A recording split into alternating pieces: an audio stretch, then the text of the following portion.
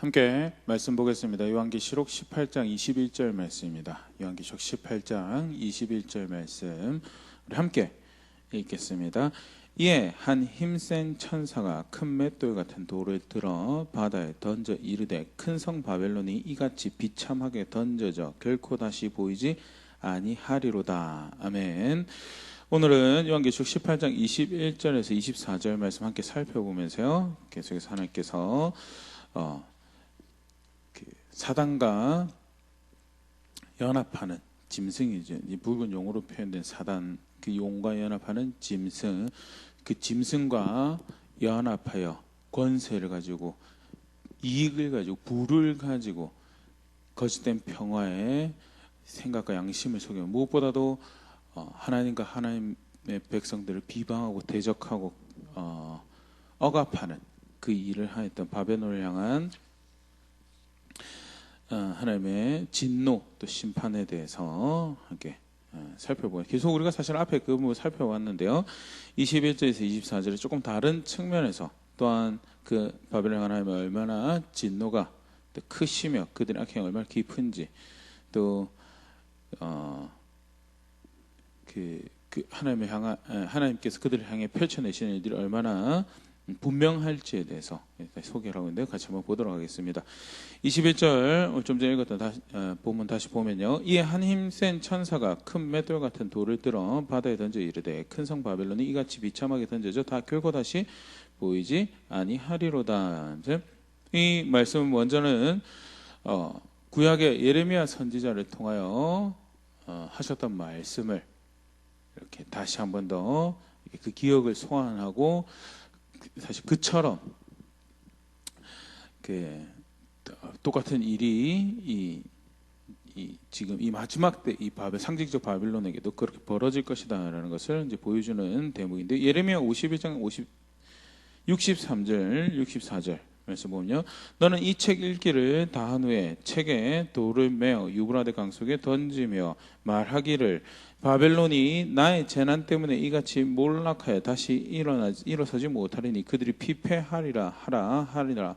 예레미야의 말이 이에 끝나니라. 하나님께서 예레미야에게 바벨론의 멸망을 이제 말씀을 주십니다. 그러고 나서 하시는 말씀이 이제 두루마리죠.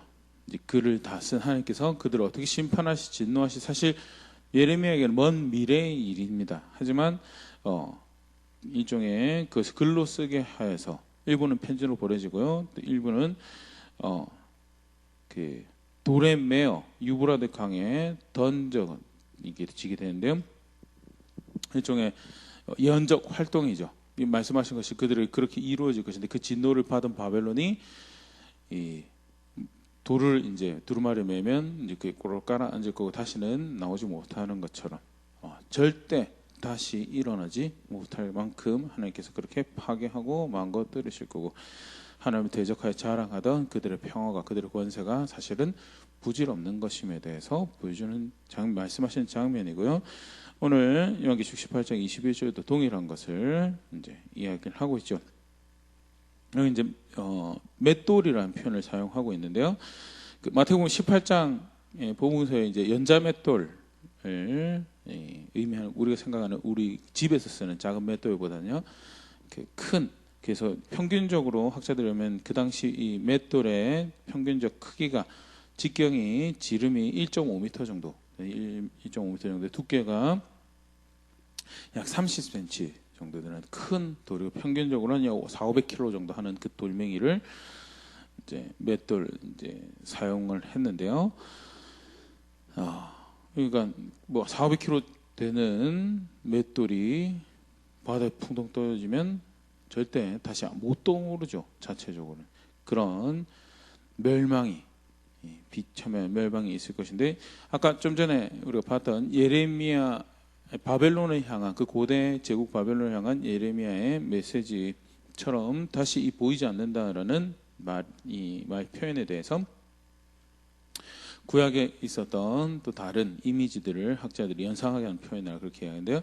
하나는 출애굽 당시에 있었던 사건에서 홍해에 이집트 군대가 바로 이집트 군대가 잠기게 되죠. 출애굽기 15장 4절 5절. 그가 바로의 병거와 그의 군대를 바다에 던지시니 최고 지휘관들이 홍해에 잠겼고 깊은 물이 그들을 덮으니 그들이 돌처럼 깊음 속에 가라앉았도다. 그래서 하나님 앞에서 이들 역시도 자신의 군대가, 자신의 힘이, 자신의 영향력이 여호와는 존중할 것이 없을 만큼 충분하고 온전하다라고 믿었고, 그래서 10번이나 기회가 줬음에도 불구하고 거기에 대해서 이제 거역하죠. 대적 존중할 것을 포기하고요. 마지막 홍해 사건 같은 경우에도 마찬가지죠. 여전히 아직도 자신들의 힘으로 이것을 복구해낼 수 있다라고, 절대 그럴 수 없음이 홍해 사건에서 확인이 되어지고, 여호와만이 존중 받으셔야 할, 경배 받으셔야 될, 모든 이들이 두려워하고 떨며 섬겨야 할 왕이고 진정한 주가 되신다라는 사실, 홍해 사건을 확인되면서 그들이 자랑했던 모든 것이 돌처럼 깊은 바다에 가라앉는 그런 일이 벌어지고요. 사실 그런 것을 연상시키는 그런 표현이죠. 느헤미야에서 이 사건이 다시 한번 이런 식으로 이제 묘사가 됩니다. 느헤미야 9장 11절. 또 주께서 우리 조상들 앞에서 바다를 갈라지게 하사 그들이 바다 가운데를 육지같이 통과하게 하시고 쫓아오는 자들을 돌을 큰 물에 던진 같이 깊은 물에 던지시고, 그래서 하나님께서 심판을 하시는데 완전하게 다시 일어나지 못하도록 완전히 멸망시키고 또는 완전히 패배하게 만들었다라는 이런 표현을, 돌을 큰 물에 던진 같이 깊은 물에 던졌다라고 그렇게 표현을 하고 있고요. 실제로 출애굽 당시 벌어졌던 일이죠. 또 에스겔 선지자를 통해서 두로의 멸망에 대해서 말씀하시면서요. 에스겔 26장 21절에 내가 너를 패망하게 다시 잊지 못하게 하리니 사람이 비록 너를 찾으나 다시는 영원히 만나지 못하리라 주 여호와의 말씀이니라. 다시 잊지 않을, 다시 그 영광을, 번영을 누리지 못해, 이전 같은 그 영광과 번영을 누리지 못할 그런 멸망을 말씀하시는데요. 과거에 그렇게 하나님의 대적자를 멸하셨던 것처럼 마지막 때 바벨론을 향해서 하나님께서 그 일을 행하실 것이다. 그래서 갑작스럽고 파괴적이고 지속적인 멸망이 그들에게 임할 것에 대해서, 오늘 보면 사실 다 있죠. 이 비참하게 던져자라는 표현이 사실 영어로는 violently라고 이렇게 번역이 되는데요. 그냥 이 헬라어 원문 뜻에는 단순히 파괴적이고 폭력적인 그런 의미 더불어서 급하게라는 표현이 있습니다. 사실 앞에도 이제 우리 그런 부분 찾아봤었는데, 요한계시록 18장 19절 티끌을 자기 머리에 뿌리고 울며 애통하여 외쳐 이르되 화이토다 화이토다 이 큰 성이여 바다에서 배에 뿌리는 모든 자들이 너의 보배로운 상품으로 치부하였더니 한 시간에 망하였도다. 그러면서 한 시간에 갑작스럽게 멸망하게 돼, 아주 급하게 망하게 되는 그런 모습을 이렇게 묘사를 하고 표현을 하고, 또 실제 그렇게 하나님께서 멸망시킬 것을 말씀하고 있는데요. 여러 가지 의미를 생각해 보면 분명한 것은, 그러니까 사람이 자기가 이제 자기 그 스스로 멸망시키는 그런 모습들, 또는 어리석어서 환경이 받쳐주지 않는 순차적으로 이렇게 망하게 되는 그런 모습들보다는 큰 간섭, 신적 개입 간섭에 의해서 갑작스럽게 절대 망할 것 같지 않던 순간이 지나고 난 다음에 갑작스럽게 멸망해버리는 그런 모습을 연상을 할 수 있고요. 하나님이 하나님을 대적하는 자를 그렇게 치실 것이고 멸망시켜 버리실 것을 다시 한 번 더 확인하는 그런 표현으로 보일 수 있고요. 더불어서 아까 얘기했던 이제 파괴적인 폭력적인 멸망이 있을 것이다. 요한계시록 18장 8절에도 바벨론의 파괴에 대해서, 멸망에 대해서 그렇게 표현을 하고 있는데요.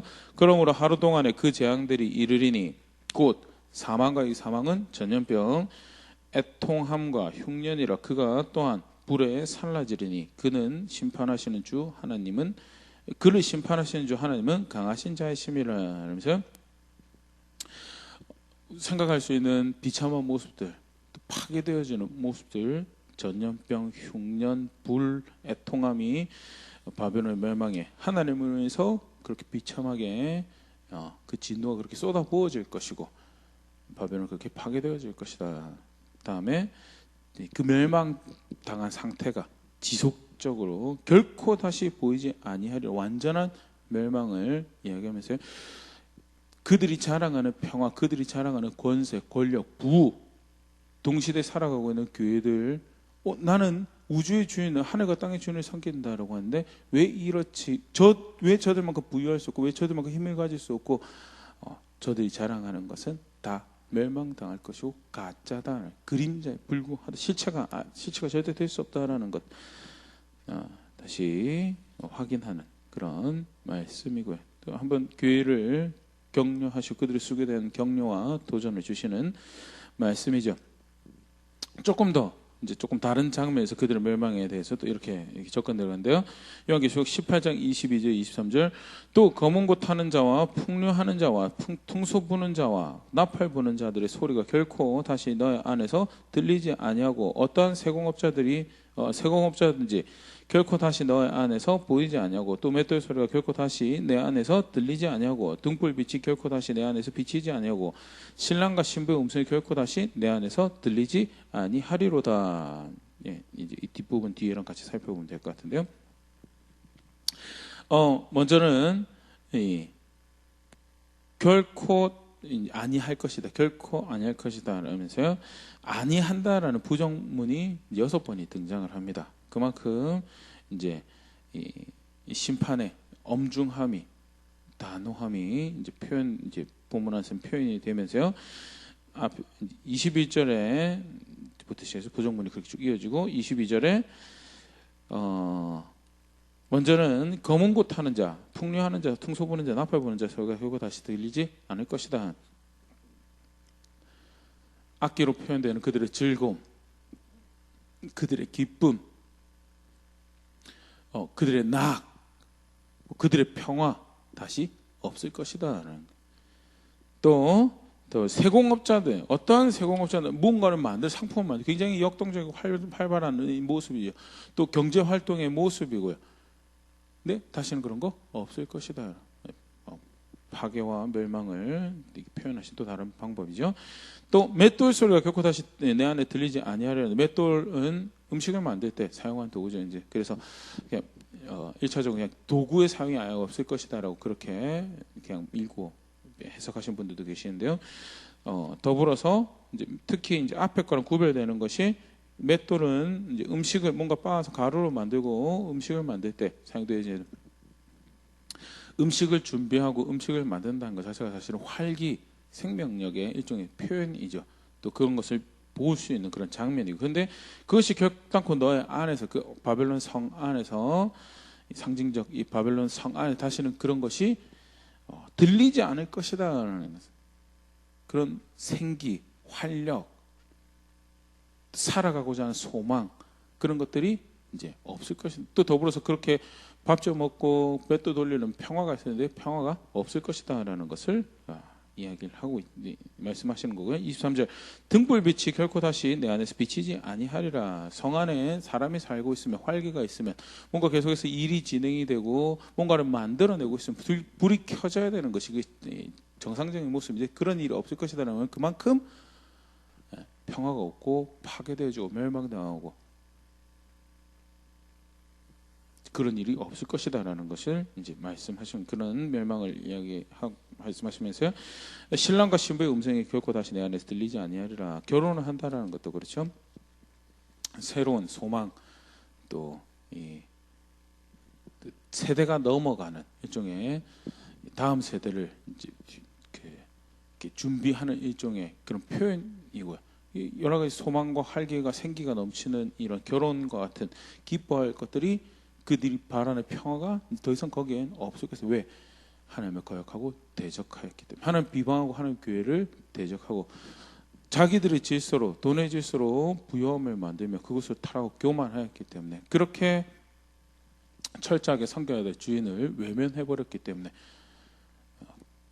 그 대가가 그렇게 지불될 것이다 라고 말씀하시면서, 그들이 자랑하고 즐기던 평화, 그것이 거짓이었음을, 실체가 없는 허황된 것이었음을 분명히 확인하게 되는 일이 발생할 것이며 그 이유에 대해서 크게 이 세 가지로 이제 다시 한 번 더 말씀을 하시는데요. 먼저는 너의 상인들이 23절에 보면요. 너의 상인들이 땅의 왕족들이라. 커스터머가 또는 판매하는 사람이 왕족들일 수도 있지. 근데 그게 이제 구약의 표현에 두로에 대해서 심판을 하나님께서 말씀하실 때 비슷한 표현이 등장을 하거든요. 이사야 23장 8절 9절 면류관을 씌우던 자가 그 상인들, 면류관을 씌우던 자요 그 상인들은 고관이요 그 무역자들은 세상의 존귀한 자들이었던 두로에 대하여 누가 이 일을 정하였느냐. 이 만군의 여호와께서 그것을 정하신 것이라. 모든 누리던 영화를 욕되게 하시며 세상의 모든 교만하던 자가 멸시를 받게 하려 하심이라 하면서 상인들이 고관이다라는 것은 그들이 가지고 있는 번영을 무기 삼아 권세를 부리는 모습을 연상하게 하는 표현이고, 실제로 이제 이 두로 같은 경우는 해양 무역을 다니면서 이제 그 무역 거점 도시를 이제 하나씩 세우죠. 그때 자기들 무역의 힘으로 지역 영주를 통치자를 이렇게 설정해서 자기 편에 삼아서 그것을 권력화하고 그렇게 해서 실제 이제 그 카르타고를 크게 만들기 전에는 페니키아 사람들이 주로 하던 일이 왕국을 건설하기보다 도시국가를 건설해서 그것을 이제 해상 무역을 힘으로 돈을 힘으로 만들던 그런 일들을 했었었는데요. 그런 모습을 연상하면 이해가 되는 표현이라 생각되어지고요. 단순히 상인들이 왕족이 문제가 되는 게 아니고요. 결국 탐욕을 쫓아 살면서 돈의 질서와 탐욕의 질서를 쫓아 살면서 그것을 힘으로 삼고 결국 그것을 무기 삼아서 하나님을 보호로, 하나님을 구원으로, 하나님을 인도자로 생각지 않고 돈의 질서와 권력의 질서로 자신의 보호와 구원과 소망과 가족을 의탁할 피난처를 삼았던 모습에 대해서 하나님 의지해야 될 주인이 있는데, 쉽게 말해서 아버지가 있으면 아버지로 인정하고 그 권위를 존중하고 그 질서를 따르는 것이 그게 가장으로 아는 건데, 아버지가 있음에도 불구하고 뭐 그 지혜를 의지하지 않고 그 권위를 의지하지 않고 그 보호를 의지하지 않고 철저히 멸시하고 다른 거 찾아가지고 살아가요. 그러면 경멸당한 거죠. 무시당한 거죠. 멸시당한 거고. 근데 아버지를 그렇게 멸시해도 사실은 작은 일이 아니죠. 근데 하나님을, 하늘의 주인을, 우주의 주인을, 자기 생명의 주인을 그런 식으로 한 거는 사실은 큰 문제가 되는 거고요. 그래서 그들의 탐욕이 문제가 되는 것이고 그들의 교만이 문제가 되는 것이고 그 일로 인해서 이런 멸망이 그들에게 닥쳐졌다라는 것 다시 한 번 더 말씀하시고 있고요. 그 다음에 보면 너의 복술로 말미암아 만국이 미혹되었다. 두 번째 이런 멸망을 당하게 되는 이유에 대해서 말씀하시는 것이요. 너의 복술로 말미암아 만국이 미혹이 되었다는. 여기 복술은 1차적으로는 마술 또는 마법, 뭐 흔히 생각하는 뭐 속칭 영적인 뭐 이런 것들 생각하시면 될 것 같습니다. 그래서 그것으로 만국을 미혹해서, 그러니까 그게 보호가 되고 하나님을 존중하고 하나님 신뢰하고 따라가는 게 자기들이 점치고 자기들이 신접하고 거기에 의해서 세상의 답을, 문제의 답을 알아냈다라고 걸어가는 그 방법 의존해서 살아가는 그것이 또한 하나님을 대적하는 모습이었고요. 실제로 사실 하나님께서 하나님 백성들이 절대 하지 말라고 하는 이 중에 하나였죠. 이사야 47장 12절 14절을 이렇게 같이 이렇게 보면 이 복술로 만국을 미혹했다라는 것을 심판하시는 장면인데요. 심판하시는 장면을 묘사하시면서 12절에 이사야 40장 12절입니다. 이제 너는 젊어서부터 힘쓰던 주문과 많은 주술을 가지고 맞서보라. 혹시 유익을 얻을 수 있을는지, 혹시 놀라게 할 수 있을는지. 13절 네가 많은 계략으로 말미암아 피곤하게 되도다. 하늘을 살피는 자와 별 보는 자와 초월한 날을 예고하는 자들에게 이르서 내게 이 말 그 일에서 너를 구원하게 하여 보라 하면서 젊어서 힘쓰던 주문 주술들 가지고 하나님 심판하신 그 진노와 심판 앞에 맞서보라. 혹시 유익이 있을지, 거기서 너를 건져낼 수 있을지. 절대 그럴 수 없을 것이다 라고. 그리고 많은 계략으로 하늘의 살펴별을 보며 나를 계산하나 예측하고 한다면서 뭐 그 단순히 날씨만 예측하지 않겠죠. 경제적인 거 예측하고 군사적인 거 예측하고 그래서 이게 지혜고 이게 소망이고 네. 절대 그것이 구원이 될 수. 14절 보라 그들은 촉에 같아서 불에 타리니 그 불꽃 세력에서 스스로 구원하지 못할 것이라. 이 불은 덮게 할 숯불이 아니요 그 앞에 앉을 만한 불도 아니니라. 하나님께서 멸망시키실 때 절대 진정 그게 자기들을 지켜줄 수 있는 평화 복음과 소망이 될 수 없음에도 불구하고 그것이 구원이 될 것처럼 의지하며 바라며 네. 또는 그 신비한 느낌에 그 영적인 느낌에 하나님의 섬기고 하나님의 말씀 순종하는 것을 팔아버린 그런 이 삶의 모습을 다 생각할 수 있죠. 우리로 치면 우리가 이제 뭐 나름 훨씬 과학적이다라고 이야기하면서 이제 과학으로만 가고 또 기술로만 가는 그런 모습들도 사실은 하나님 이 주신 능력이 열심히 사고해야죠. 실험해야죠. 또 이성으로 판단하고 논리적으로 분별하고 해야죠. 근데 그렇다고 해서 그게 하나님 자리를 대체해서는 절대 안 되는데 그거의 권위를 이제 더 이렇게 높이게 되는 그런 또는 기술의 권위를 더 높이게 되는 그래서 그게 구원이 될 것처럼 보호가 되고 그것을 더 의존하게 되면 그것으로 보호를 피난처를 삼는 그런 자리가 일종의 이제 복술로 평화를 추구하는 거고 그것으로 자기만 하나님을 대적할 뿐만 아니라 만국이 그 영향력 아래에 있는 모든 자들이 하나님을 떠나도록 만들었다. 하나님을 향하지 못하도록 만들었다. 그것이 이제 악행으로 진노의 이유로 두 번째 말씀하시는 거고 세 번째로는 성도들의 피를 흘렸던 요한계시록 18장 24절 선지자들과 성도들과 및 땅 위에서 죽음을 당한 모든 자의 피가 그 성중에서 발견되었느니라 하더라. 지난 시간에도 살펴봤지만 하나님의 행한 대로 갚으시는 분이고요. 그때 하나님의 대적했던 죄뿐만 아니라 하나님 백성이 대적했던 죄에 대해서도 내 이름을 둔 내 백성이네. 거기에 대해서 보복하시죠. 그래서 예레미야 52장 35절 37절 말씀인데 내가 받은 폭행과 내 육체에 대한 학대가 바벨론에 돌아가기를 원한다고 시온 주민이 말할 것이요 내 피 흘린 죄가 갈대 주민에게로 돌아가기를 원한다고 예루살렘이 말하리라.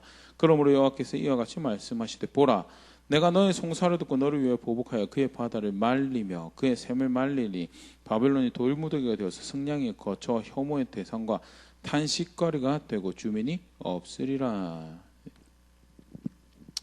역시 비슷한 구약의 이 바벨론이 저질렀던 죄와 비슷한 모습으로 사실 전도서에 솔로몬이 그런 이야기 해 아래 새 것이 없다고 하나님 대적하고 거역하는 범죄하는 거예요.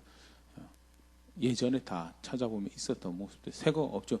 그 규모 잔악성 폭력성에 또 그 교묘한 간사함의 정도를 더할 수는 있을지 모르겠지만 다 이전에 거역하고 반역하고 교만하고 탐욕을 쫓아서 무질서함을 행하던 거기서 별로 차이가 나지 않고요. 그렇기 때문에 요한계시록 같은 경우에도 분명히 과거적 일도 현재적 일도 미래적 일도 다 담겨 있지만 이 현재적 미래적 일을 묘사함에 있어서 과거적인 이 그림 이미지를 계속 가져와서 요한에게 보게 하시고 또 그것을 교회에게 말씀하신 과거 그랬던 것처럼 내가 동일하게 마지막 때 그렇게 할 것이다 라고 보복하며 그들의 바다를 말리며 샘을 말리며 혐오의 대상과 탄식거리가 되게 하는 일들이 왜 하나님 백성이 그들에서 억압받고 하나님 백성이 선을 향하고 의를 향하고 거룩한 것을 추구한다라고 하는 하나님 백성이 조롱거리가 되고 또 억압의 대상이 폭력의 대상이 되고 그들의 피를 흘리는 것이 자신들의 행복을 위해서 추구되었던 그런 악행에 대해서 그것이 진노하시는 이유다. 그래서 바벨론을 이렇게 철저하게 파괴하고 다시는 일어서지 못하게 할 것이며 그들이 자랑하던 모든 기쁨과 즐거움과 부와 번영 속칭 그들의 평화 허상인 것을 내가 드러낼 것이다 라는 것이 오늘 말씀에서 21절에서 24절 다시 보면 확인할 수 있죠. 다시 우리 보면 볼 수 있는 것은요, 행함대로 당하게 갚으신다. 탐욕과 교만을 쫓아서 주인을 섬기지 않았다. 섬겨도 주인을 쫓지 않고 그 질서 탐욕의 질서 쫓아서 교만의 질서 쫓아서 자기 기쁨 쫓아서 갔던 길, 그렇게 하면서 입술을 함부로 놀리며 자기만 망할 뿐만 아니라 거짓으로 그렇게 하면 죽는다고 하신 하나님의 말씀 분명히 있음에도 불구하고 죽지 않을 것처럼 속이고 미혹하고 그 거짓 평양에 동참하게 만들며 나아가 그것은 죽는 길입니다. 그건 망하는 길입니다. 그렇게 해서는 안 됩니다. 살아계신 하나님 섬기며 거룩한 것을 추구하는 것이 맞는 것입니다라고 경건한 걸음들 걸어가던 교회와 하는 백성들, 핍박하던 자들, 그렇게 심으니까 썩어질 거 거두고 멸망당할 거 거두더라 하는 갈라디아서 6장 7절 9절 말씀 오늘 함께 보면서 말씀 마무리 할 수 있으면 좋을 것 같은데요. 7절부터 보면 스스로 속이지 말라. 하나님은 업신여김을 받지 아니하시나니 사람이 무엇으로 심든지 그대로 거두리라. 자기 육체를 위하여 심는 자는 육체로부터 썩어질 것을 거두고 성령을 위하여 심는 자는 성령으로부터 영생을 거두리라. 우리가 선을 행하되 낙심하지 말지니 포기하지 않으면 때가 이름에 거두리라. 절대 하나님 업신여김 받지 않고 속지 않으리라. 무엇으로 심든지 그대로 거둘 거다. 죄를 심으면 벌을 거두게 될 것이고 속임을 심으면 멸망을 거둘 것이고 육체를 위하여 그 즐거움을 위하여 심으면 썩어질 것 거둘 것이고 반대로 하나님의 인도하심을 쫓아서 어떻게 해서든 거룩한 것, 의로운 것, 오늘 오전에 살펴봤던 하나님 본받아서 사랑하는 것 심어가면 영원한 생명을, 그것을 기뻐하시는 하나님의 영원한 생명을 거두게 될 것이에요. 그러면서 바울이 갈라디아 교회 편지하면서 격려하죠. 오늘 함께 우리가 격려받을 수 있으면 좋을 것 같습니다. 우리가 선을 행하되 낙심하지 말지니 포기하지 않으면 때가 이름에 거두리라. 바벨론으로 인해서 어려워하던 성도들 포기하지 않고 피가 흘려지고 상처가 나고 가난과 궁핍을 걸음걸음 걸어가더라도 주의 백성처럼 교회처럼 마지막 때 흰 옷을 자기 옷을 준비하며 깨끗해하며 그렇게 걸어가던 그 삶은 거두게 되는 일이 반드시 있을 것을 사실 이제 우리 이후에 요한계시록 19장부터 쭉 살펴볼 텐데요. 오늘 나는 무엇을 심어가고 있는가 다시 한 번 더 말씀해서 돌아볼 수 있으면 좋을 것 같습니다. 아니다라고 하지만요, 거짓 평화가 주는 달콤함이 사실 큽니다. 그래서 죄를 짓습니다. 그래서 교만한 거, 완고, 광파하고 선택하고요. 더 무서운 것은 그것이 죄라고 멸망이라고 하는 하나님 말씀 앞에서도 마치 그 말씀이 단 한 번도 들려지지 않은 것처럼 살아가. 그게 사실은 성경에서 찾아보는 우리가 하나님 백성들의 안타까운 모습들이죠. 그런데 혹시 내 모습이 그런 모습들은 없지 않는지 한번 돌아볼 수 있으면 좋을 것 같고요. 무너지지 않을 것, 멸망당하지 않을 것 심을 수 있도록 초청하시고 부르셨는데 주의 교회처럼 그 복음과 소망을 아는 백성처럼 오늘 하루도 심어가며 이후에 올해 시간 된 가운데 특히 이제 얼마 남지 않았죠. 2011년이 얼마 남지 않았는데 하나 잘 마무리하고 또 다가오는 새 그런 걸음들로 그런 걸 하나 만들어가며 신앙을 함께 고백해가며 빚어져가는 저와 우리가 될 수 있으면 좋을 것 같습니다.